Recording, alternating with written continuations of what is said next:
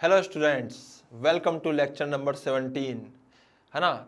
इस चैप्टर के अपन आखिरी लेक्चर्स के अंदर अभी काम कर रहे हैं और पढ़ाई कर रहे हैं। मतलब काम क्या कर रहे हैं इसके अंदर, तो पढ़ाई कर रहे हैं इसके आखिरी लेक्चर्स के अंदर। अभी हम लोगों को यहाँ पे काम तो आपको करना है, वैसे देखा जाए तो है ना। इसके ऊपर आपको जो प्रैक्टिस शीट्स वगैरह मिलती है उसके ऊपर या क्वेश्चंस पढ़ने हैं, ठीक है। तो अभी अपन नई नई चीज़ें और स्टार्ट करेंगे बेटा।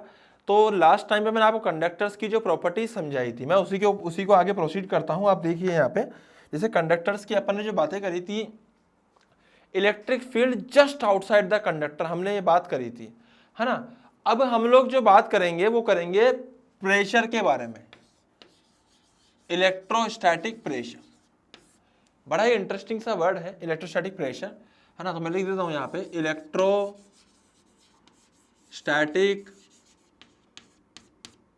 प्रेशर। यार इतने बड़े बड़े नाम, इतनी छोटी सी इसकी वैल्यू आएगी। इलेक्ट्रोस्टैटिक प्रेशर होता क्या है sir? Sigma square upon 2 epsilon not. बेटा इसको आपको याद रखना है, ठीक है। इसका मेरे पास में प्रूव है, बट मैं आपको इसका प्रूव नहीं करा सकता क्योंकि किसी काम का नहीं है। तो आप इसको सीधा सीधा याद रख लो, बस मैं आपको फील दिला सकता हूँ कि ये होता क्या है, ठीक है। फिर भी अगर आपको लगता है सर आप हमें तो प्रूफ जानना है, तो आप उससे आके डाउट काउंटर पे जान सकते हैं प्रूफ इसका, ठीक है। अब आप आगे देखिए कि सर यहाँ पे जो सरफेस थी इसको अपन ने चार्ज दिया। अब जो चार्ज अपन ने दिया है, जैसे मान लीजिए मैं आपको एक सिंपल सी बात करूं कि बेटा मान लीजिए अपन ने एक रिंग ली, उस रिंग को अगर अपन ने चार्ज दिया प्लस, है ना। ये एक रिंग है, क्या है? एक रिंग, स्फीयर नहीं है, रिंग है। क्या है? रिंग। तो यहाँ पे जो रिंग है इसको अगर अपन चार्ज दिया तो पता होगा क्या? इस रिंग में अब ऐसे चार्ज है, ऐसे चार्ज, ये प्लस धक्का मारेंगे एक दूसरे की तरफ। आई मेरी बात समझ में? तो यहाँ धक्का मारेंगे एक दूसरे की तरफ तो टेंशन जनरेट होएगा। लेकिन अगर मैं सरफेस की बात करूंगा तो बेटा सरफेस पे तो क्या जनरेट होएगा? प्रेशर। आई मेरी बात समझ में पक्का आप लोगों को? इस सरफेस पे जो सब जगह चार्ज होगा वो चार्ज एक दूसरे की तरफ को रिपेल करेगा और उसके कारण यहाँ पे इलेक्ट्रोस्टैटिक प्रेशर जनरेट होएगा। अब जैसे मान लीजिए कि यहाँ पे सिग्मा 1 है तो यहाँ प्रेशर हो जाएगा सिग्मा 1 का स्क्वायर अपॉन 2 एप्सिलॉन नॉट। अगर यहाँ सिग्मा 2 है तो प्रेशर हो जाएगा सिग्मा 2 का square upon 2 epsilon not. Are you getting my point? पक्का? तो बेटा ये हो गया इलेक्ट्रोस्टैटिक प्रेशर। आप चाहें तो इसको नोट डाउन कर सकते हैं, यहीं से फिर अपन आगे बढ़ेंगे, ठीक है। आप चाहें तो इसको नोट डाउन कर सकते हैं। हाँ जी, कर लीजिए बेटा नोट डाउन इसको।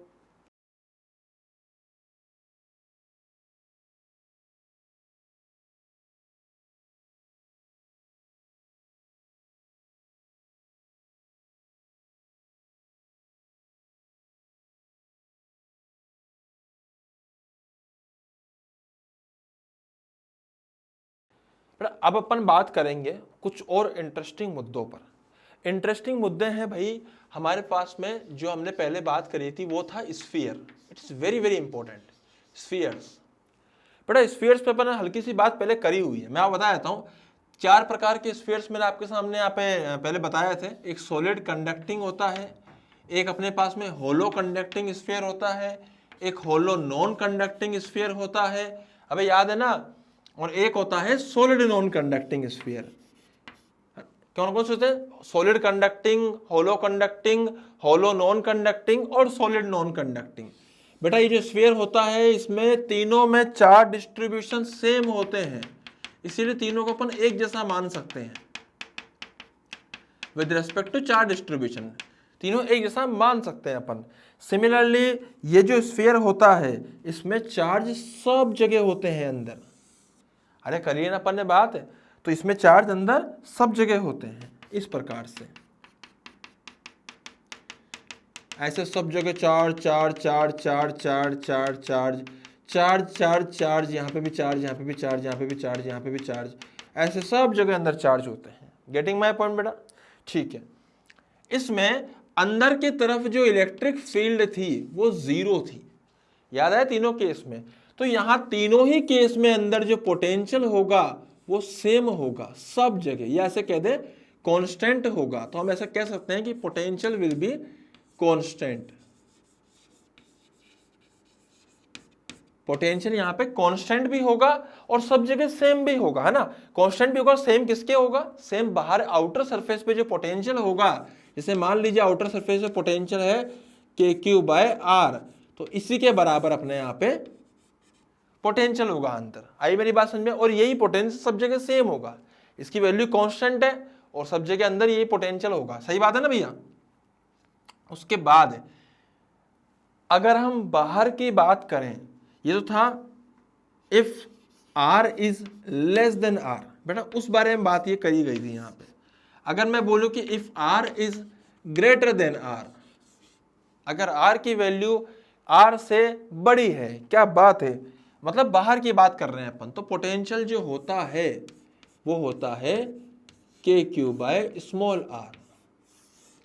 ये बिल्कुल वो जैसा अपन इलेक्ट्रिक फील्ड के बारे में बातें करी थी, बिल्कुल उसी प्रकार से हैं बेटा। ये पोटेंशियल्स है, वहां अपन इलेक्ट्रिक फील्ड की बात करी थी, बाहर के लिए KQ/r होता है, बट अंदर सेम होता है KQ/r। गेटिंग माय पॉइंट, पक्का, ठीक है। अब अपन यहां से और आगे देखते हैं। हमने यहाँ पे एक और चीज पाई, वो क्या पाई सर, वो ये पाई, समझना बात को। अगर मैं यहाँ ग्राफ बनाता हूं तो आप यहाँ पे पाएंगे कि सर ग्राफ बनाने पर हमने अगर R बराबर R तक की बात करी है तो पोटेंशियल सेम रहेगा R बराबर R तक, वो होएगा KQ/R। हमें सही है ना। And after that we can say कि पोटेंशियल हो जाएगा इस प्रकार से जाएगा, और यहां हम कह सकते हैं कि potential directly proportional to small r। अब सही है ना, तो इस तरह का ग्राफ बन जाएगा, ठीक है बेटा। और देखते हैं अपन, यहां अपन लोग अब बात करेंगे सॉलिड नॉन कंडक्टिंग की। किसकी? बेटा ये आपको याद रखने हैं सब चीजें। इसमें क्या होता है, अंदर कांस्टेंट होता है KQ/R, बाहर होता है KQ/r। R is changing with R is changing, तो जैसे जब अपन बाहर जाएंगे R बढ़ता जाएगा। सही बात है ना भैया। और अगर यहां बात करें तो अंदर पोटेंशियल और स्मॉल r के बीच का जो ग्राफ है वो R बराबर कैपिटल R तक तो कांस्टेंट रहेगा, देन उसके बाद ये किस तरह से करेगा, ये हाइपरबोलिक तरीके से इस तरह से डिक्रीज करेगा। क्या मेरी बात आपको समझ में आ रही है? सॉलिड नॉन कंडक्टिंग, भैया जी इसके अंदर भी R अगर R से छोटा होता है तो उस केस में जो पोटेंशियल होता है वो पोटेंशियल होता है किसके बराबर, KQ/2R3 अंडर ब्रैकेट कितना लिखूंगा, 3R² माइनस R²। आई मेरी बात समझ में। R is the radius of the sphere, small r is the क्या, small r is the distance from centre of the sphere. Getting my point बेटा, पक्का अच्छे से आया ना समझ में। अगर मैं बोलूं कि एट सेंटर, इस केस में सेंटर पर पोटेंशियल क्या हो जाएगा, तो sir potential at point C will be equals to, आप यहाँ पे R की वैल्यू 0 डाल दीजिए तो कितना आएगा, R³ से R² से R³ कट जाएगा, सिर्फ R बचेगा, तो वैल्यू कितनी आएगी, 3KQ/2R। अबे आ रहा है ना, VC बराबर 3KQ/2R। गेटिंग माय पॉइंट, पक्का अच्छे से। आपको ये बात सॉलिड कंडक्टिंग की समझ में आ रही है, सॉलिड नॉन कंडक्टिंग की, not solid conducting, solid non conducting.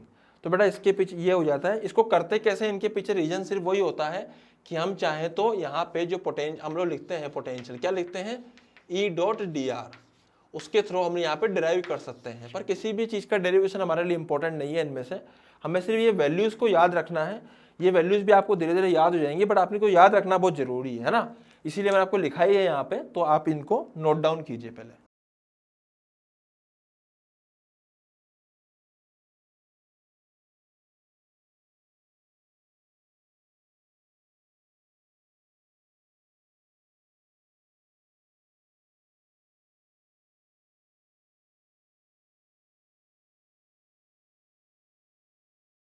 हाँ जी भाई, अब यहाँ पे इन स्फीयर्स की अपन एक और बात करेंगे, एक अच्छी बात और करेंगे इन स्फीयर्स के बारे में। ये वही सॉलिड नॉन कंडक्टिंग की बातें चल रही है। यहाँ पे अपना सॉलिड कंडक्टिंग, होलो नॉन कंडक्टिंग, इनकी बातें चल रही है। इससे बड़ी पहले अपन यहाँ पे बात जो करेंगे वो है बहुत इंपॉर्टेंट चीज, that is what, self energy. ठीक है, सेल्फ एनर्जी। तो बेटा सेल्फ एनर्जी का मतलब है बेसिकली ये स्फीयर जो है ना उसको बनाने में जितनी एनर्जी खर्च हुई, दैट इज सेल्फ एनर्जी। वो इसकी एनर्जी के रूप में मैंने आपको बताया भी था पोटेंशियल के टाइम पे कि पोटेंशियल दो प्रकार से डिफाइन करते हैं। पोटेंशियल एनर्जी जो अपन दो प्रकार डिफाइन करते हैं, यहाँ पे एक इंटरेक्शन बिटवीन चार्ज पार्टिकल्स, एक सेल्फ एनर्जी। तो इस सेल्फ एनर्जी आज अपन पढ़ने वाले हैं। ठीक है, देखिए इसमें क्या होगा, ये प्लस चार्ज है, ये एक इसके सॉलिड कंडक्टिंग या जो भी अपन HC, HC, HNC इन सब का अपन लोग मान सकते हैं कि यहाँ पे जो सरफेस पे सारा चार्ज इकट्ठा होगा, इसकी वजह से जो इसमें एनर्जी होगी। तो बेटा ये Q चार्ज था।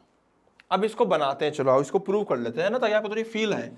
बेटा मान लीजिए कि ये रेडियस R का था, उसको चार्ज देते देते देते देते अपन ने चार्ज, हमने क्या करा, इनफाइनाइट पे गए, चार्ज तोड़ा, यहाँ लाके रखा, फिर गए, फिर चार्ज तोड़ा, फिर लाके रखा, फिर गए, फिर चार्ज तोड़ा, फिर लाके रखा। ऐसे करते करते dq dq ले लेके आ रहे हैं और इसको q कर दिया। क्या कर दिया, स्मॉल q। फिर आज अपन dq और लेकर आए, हमें सही है ना। तो भैया जी लाने के लिए क्या एनर्जी कितनी लगेगी, छोटी सी du, उस एनर्जी की वैल्यू जाएगी kq by capital R into dq। बेटा यह आइटम क्या है, दिस इज द पोटेंशियल। भाई चेंज इन एनर्जी क्या होती है, potential multiply by dq। Potential surface पे कितना होगा, kq बाय r, और इन्फिनिटी पे कितना होगा, 0। तो पोटेंशियल डिफरेंस कितना हुआ, delta v, kq bye r। बेटा इसको इंटीग्रेट कर दीजिए, तो आप यहां पाएंगे कि सर u बराबर एनर्जी कहां से, कितना चार्ज बढ़ा, पहले 0 था चार्ज, बढ़ते बढ़ते कैपिटल Q हो गया। तो आप यहां पाएंगे कि सर q dq, q का जो इंटीग्रेशन होता है वो होता है q स्क्वायर बाय 2। तो यहां आ जाएगा sir kq square by 2r। It is again very very important, very very important, kq square by 2r। बेटा फिर से आपको वैल्यू याद रखनी है। डेरिवेशन छोटा था इसलिए बता दिया, काम का तो खैर ये भी नहीं था, काम का तो अपने को वैल्यू याद ही रखनी है। आई मेरी बात समझ में। अभी मैं आपको इसके ऊपर और बातें करूंगा, पर पहले आप इसको नोट डाउन मत कीजिए, पहले नीचे वाला और लिख लीजिए, फिर साथ में नोट डाउन करेंगे। हाँ जी भाई, अगर मैं सॉलिड नॉन कंडक्टिंग की बात करता हूं आपके सामने, तो आप लोग क्या कहेंगे कि सर इसकी पोटेंशियल एनर्जी बताइए, सेल्फ एनर्जी, सॉरी, हाँ जी, है ना। अब मैं इसकी सेल्फ एनर्जी की अगर बात करूंगा तो सेल्फ एनर्जी क्या हो जाएगी, इसकी सेल्फ एनर्जी, इसका भी डेरिवेशन है, बहुत लेंदी सा डेरिवेशन है, बेकार सा है ना, बहुत ज़्यादा लेंदी है मतलब। तो मैं आपको वैल्यू रख रहा हूँ यहाँ पे, फिर भी आपको सीखना हो तो आप मुझसे कभी भी आके पूछ सकते हैं, मैं आपको सबका डेरिवेशन विद एक्सप्लेनेशन बता सकता हूँ। लेकिन आपके लिए जो सबसे ज़्यादा इंपॉर्टेंट है फॉर नीट पर्पज़, है ना, नीट में हमारे लिए क्या इंपॉर्टेंट है, हमें पता होना चाहिए कि एनर्जी होती कितनी है हाई बास में। क्योंकि वो लोग डायरेक्टली क्यों देंगे, वो आपको आर देंगे, वो आपको ऐसा नहीं पूछेंगे कि कैसे आई, करके बताओ, 4 ऑप्शंस में करके बताओ, सही बात है ना, वो आपको सीधा ऑप्शन देंगे, आपको वैल्यू डालनी है। तो बेटा ये होती है 3/5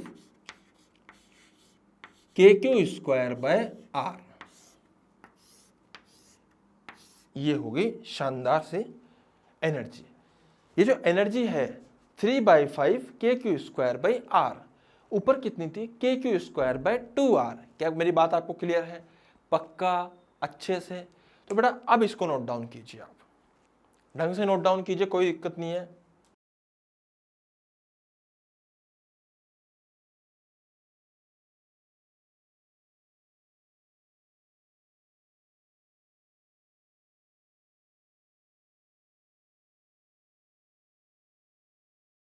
हाँ जी बेटा, तो स्फीयर में सर आपने एनर्जी तो बता दी, अब अपन और देखते हैं थोड़ा बहुत, है ना।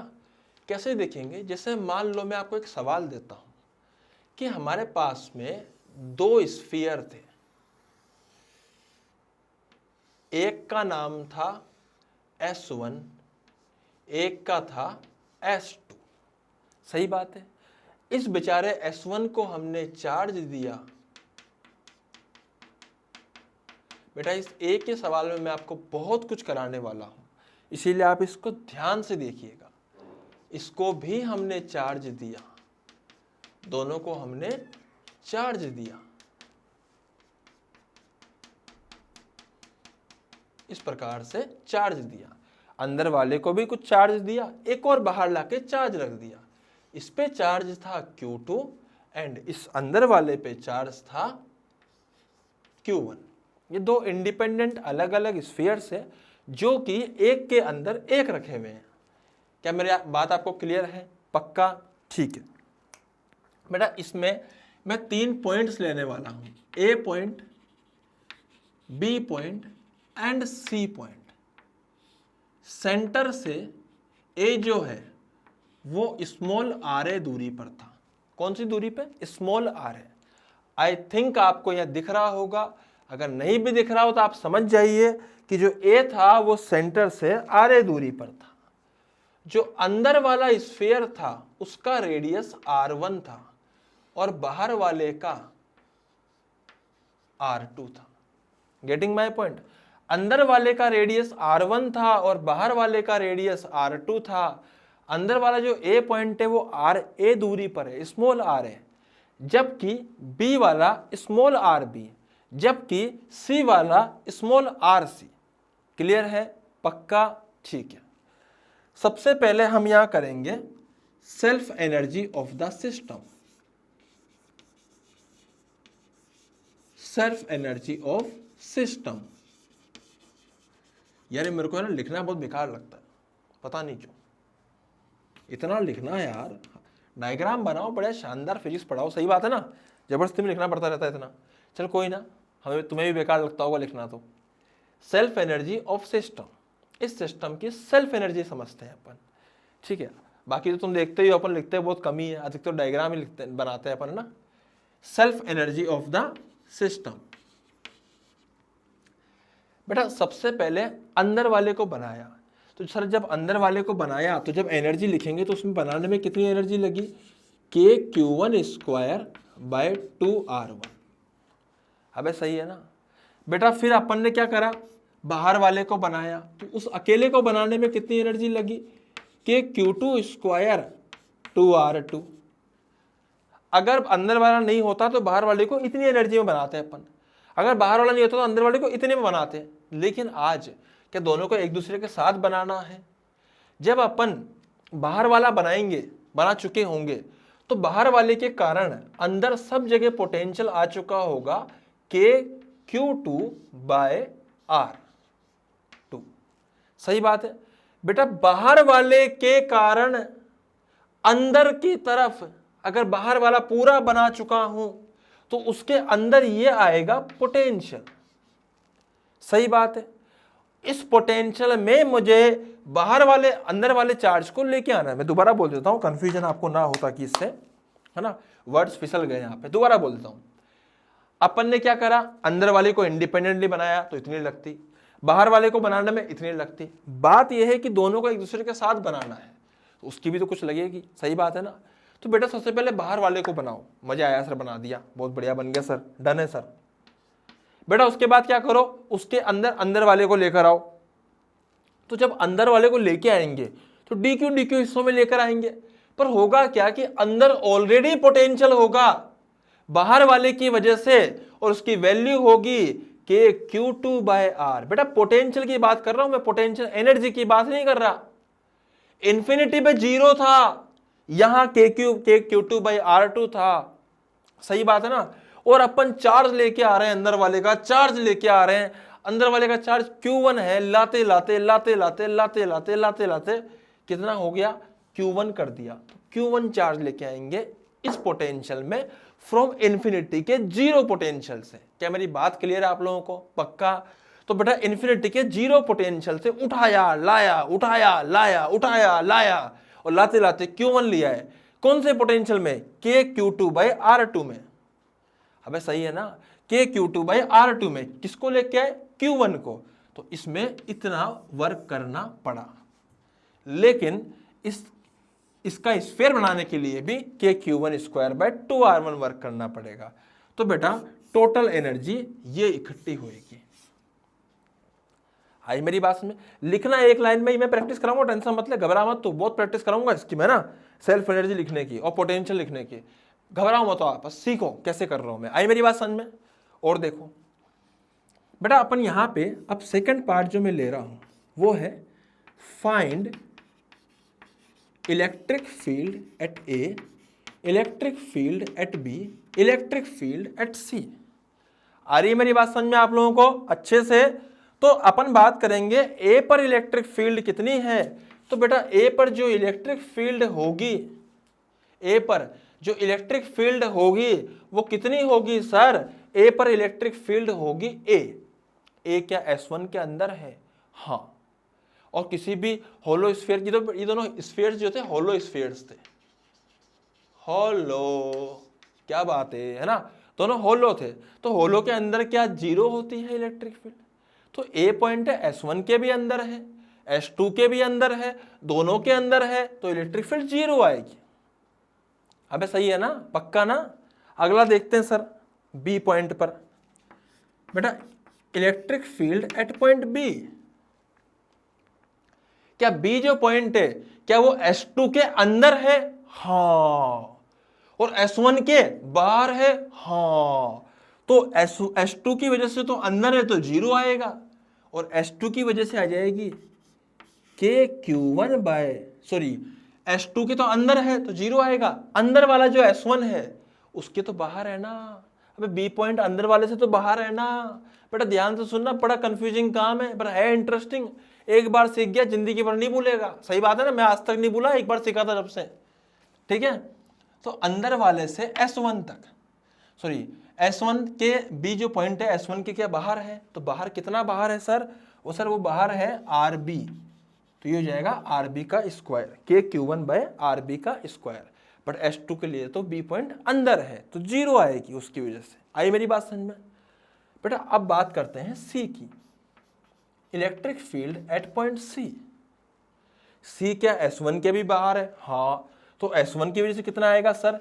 KQ1/RC का स्क्वायर। Getting my point?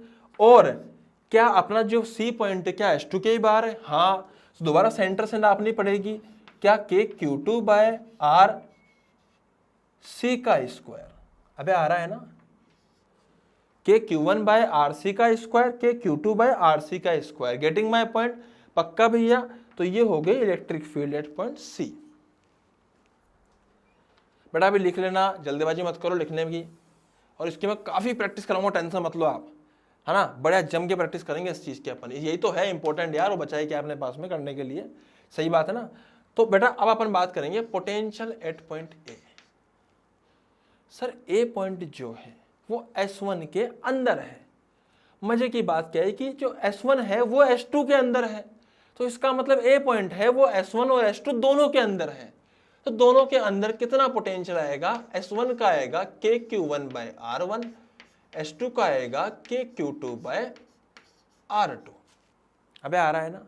इसी प्रकार से बी पॉइंट की बात करेंगे, तो क्या बी पॉइंट जो है वो S1 के बाहर है, तो पोटेंशियल आएगा KQ1/RB। अबे सही है ना। बट S2 के अंदर है तो KQ2 कितना आएगा? S2 के अंदर है तो KQ2/S2 का जो भी है R2। अबे आ रहा है ना। लेकिन अगर मैं पोटेंशियल एट सी पॉइंट की बात करूं तो क्या वो दोनो't के बाहर है? तो पॉइंट है एनर्जी आएगी, पोटेंशियल आएगा KQ1/RC प्लस KQ2/RC। बेटा आ रहा है समझ में? आप लोग इसको मस्त होके नोट डाउन करो, मैं आपको इसका एक और सवाल कराता हूं, आपको जबरदस्त प्रैक्टिस हो जाएगी इस तरह के सवालों के अंदर। ठीक है, इसमें अपन सब कुछ कवर कर लिया, अपन सेल्फ एनर्जी लिख लिया, अपन इलेक्ट्रिक फील्ड कर लिया, अपन पोटेंशियल कर दिया। आप मस्त होके इसको नोट डाउन कीजिए, फिर अपन एक और करेंगे इसके ऊपर। ठीक है बेटा, फटाफट नोट डाउन कीजिए पूरा।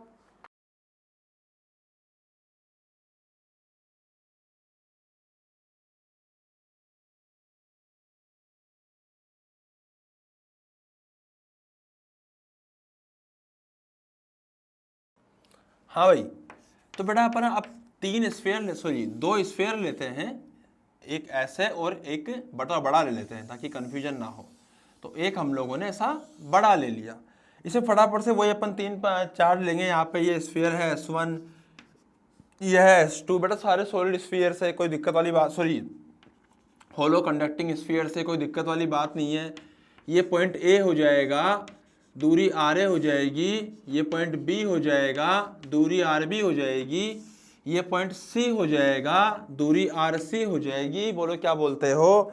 और साथ ही साथ ये जो रेडियस है पहले वाले का वो रेडियस R1 हो जाएगा, बड़े वाले का R2 हो जाएगा। अबे सही है ना? अब फटाफट पूछा हम लोगों को, सर सबसे पहले बताइए कि इसका चार्ज कितना होगा। मैंने कहा चार्ज Q1 और Q2 होगा।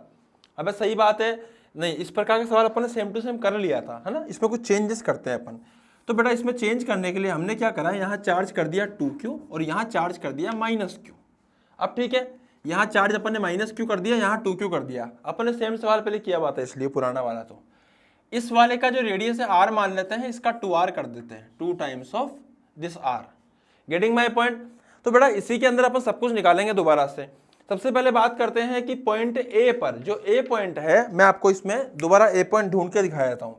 बेटा A पॉइंट है यहाँ पर, B पॉइंट है यहाँ पर, C पॉइंट है यहाँ पर। अबे ठीक है ना?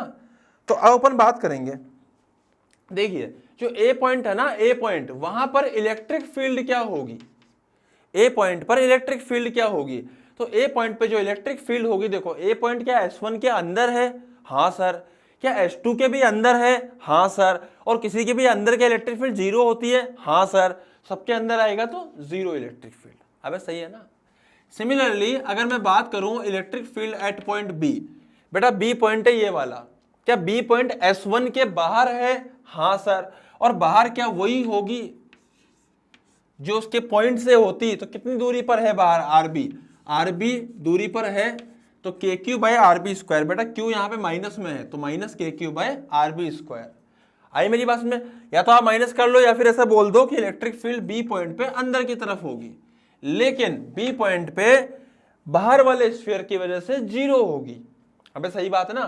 क्योंकि S2 जो है उसके लिए पॉइंट B अंदर का पॉइंट है। अबे आ रही है बात समझ में? ठीक है। तो बेटा electric field at point C पर कितनी होगी सर? तो C पर होगी अंदर वाले की वजह से, अंदर वाले की वजह से होगी कितनी?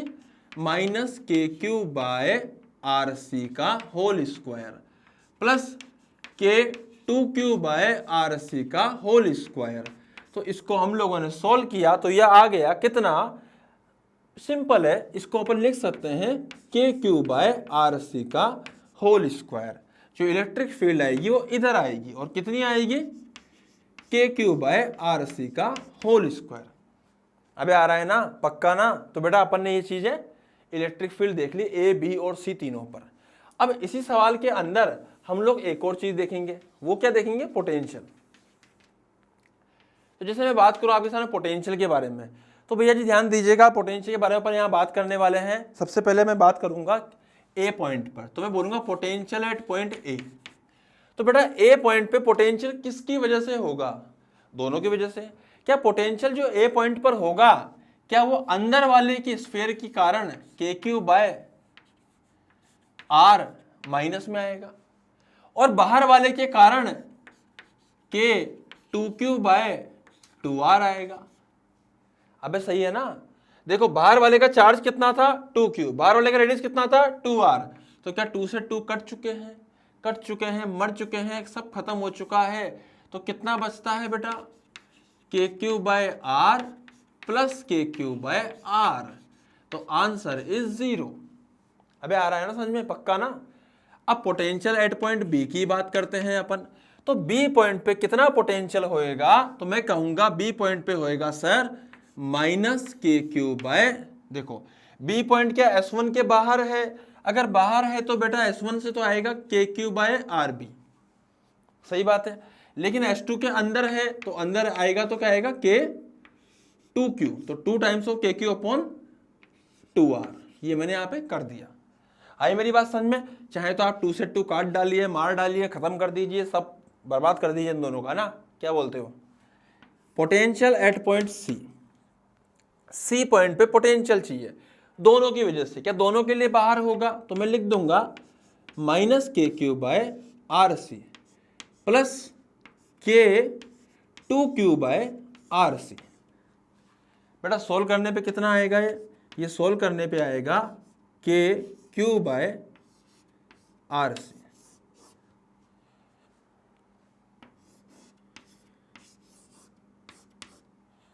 VC बराबर के क्यू बाय आर सी।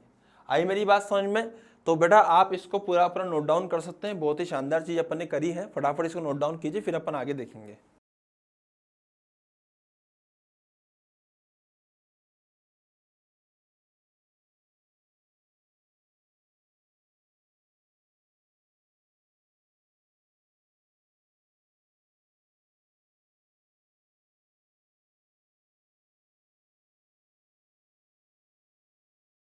हाँ तो भाई अपन ने क्या क्या लिख लिया है यहाँ पे? हम लोगों ने दो चीजें लिख ली है। कौन कौन सी सर?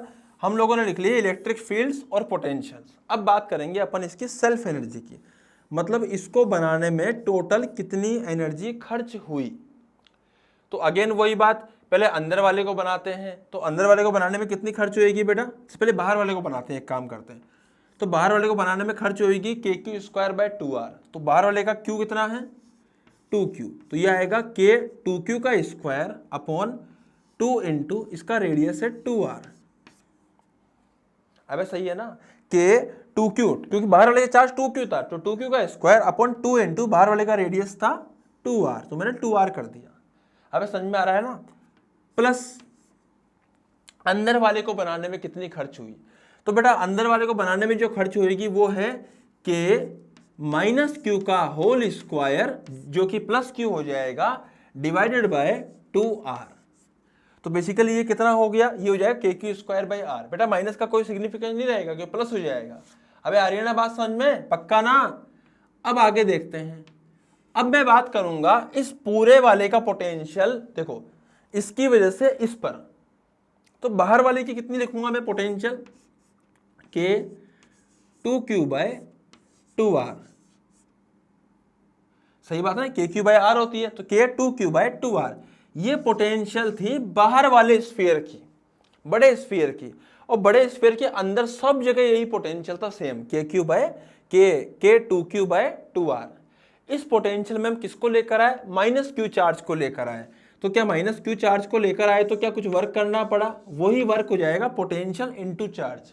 आई मेरी बात समझ में? तो बेटा इन तीनों का जो आप सम करोगे, इससे आपको जो मिलेगा, this is self energy of this system. Getting my point? तो बेटा फटाफट से आप इसको छाप सकते हो, फिर अपन आगे देखेंगे।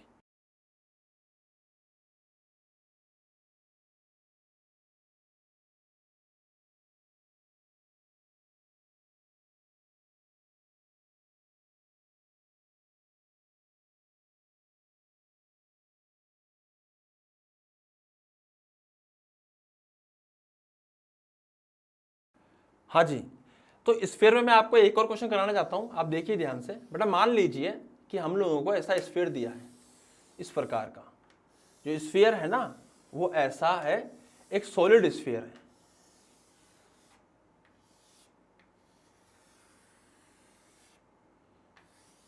ऐसा सॉलिड स्फीयर है ना? अब ऐसा मतलब अंडे जैसा है। अंडे जैसा नहीं है बेटा, ये एक्चुअली क्या है कि चौड़ाई थोड़ी बड़ी ज्यादा है इसकी,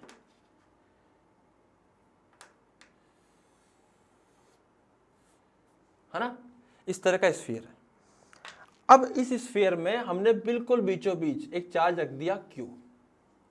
आई मेरी बात समझ में? बेटा यहां पर मैंने चार्ज रख दिया। अब देखिए यहां पे Q चार्ज रख दिया, सिर्फ एक ही जगह Q चार्ज है। तो पहले तो इसको पूरा फील करते हैं कि कैसे होता है, ठीक है? इसको फील करने के लिए मैं आपको समझाता हूं एग्जैक्टली क्या होता है। बेटा प्लस Q चार्ज है, तो एक्चुअली होगा क्या ना कि ये जो स्फीयर है ये कंडक्टिंग स्फीयर है। कौन सा है?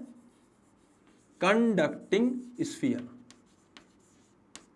आई मेरी बात समझ में? This is conducting sphere. Getting my point? तो इस कंडक्टिंग स्फीयर का चार्ज है, इसमें अंदर रख दिया प्लस चार्ज। हो क्या कंडक्टर में तो चार्ज फ्री होते हैं? हाँ सर। अगर चार्ज फ्री होंगे तो क्या नेगेटिव चार्ज इस पॉजिटिव को देख के अट्रैक्ट होंगे? हाँ सर। तो बेटा अगर नेगेटिव चार्ज इस पॉजिटिव को देख के अट्रैक्ट होंगे तो इसके इस वाले सरफेस पर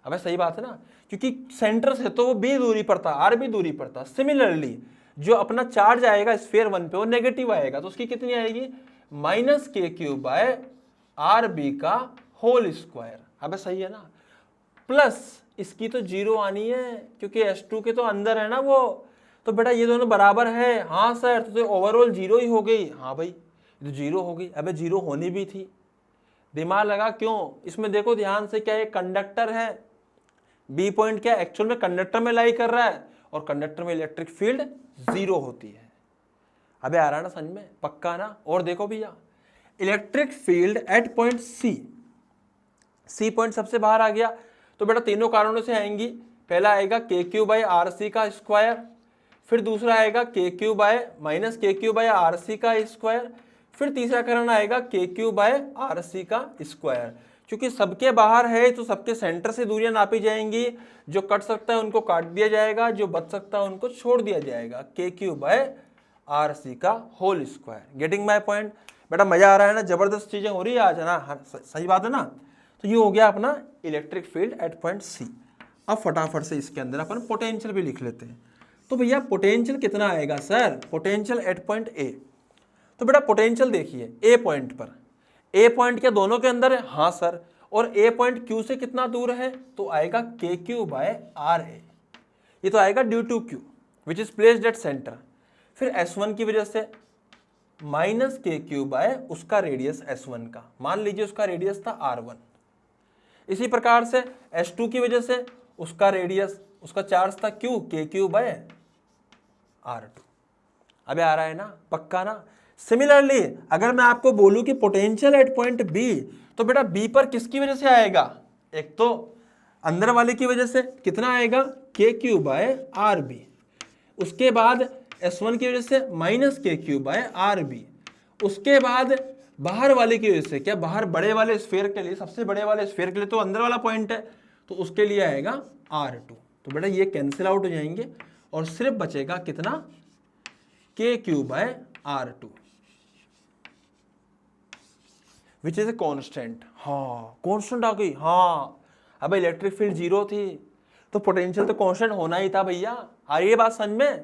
और सुनो, अब यहीं से अपन आगे चलते हैं, एक मैं यहां भी लिख देता हूं आपके सामने, पोटेंशियल एट पॉइंट सी पर कितना आएगा, मैं दोबारा बोल देता हूं, सी पर आएगा साहब, सी पर हाँ, सी सबसे बाहर है तो K Q by R C minus K Q by R C plus K Q by R C. बेटा कैंसिल आउट हो जाएगा, वैल्यू बचेगी कितनी, के क्यू बाय आर सी। ये हो गया बड़ा ही भयंकर सी चीज है ना। तो बेटा मैं इस लेक्चर को आज यही समाप्त कर रहा हूं है ना। इसमें थोड़ा सा पार्ट और बचा हुआ, इलेक्ट्रोस्टैटिक शील्डिंग वगैरह छोटी मोटी चीजें बची हुई, प्लेट्स के बारे में, तो अपन कल के लेक्चर में और कर लेंगे। और उसके बाद भी अपने प्रैक्टिस की जरूरत पड़ेगी तो अपन और कर लेंगे। अब इस चैप्टर को अपन यही, सॉरी इस लेक्चर को अपन अभी यही समाप्त करते हैं। Thank you so much.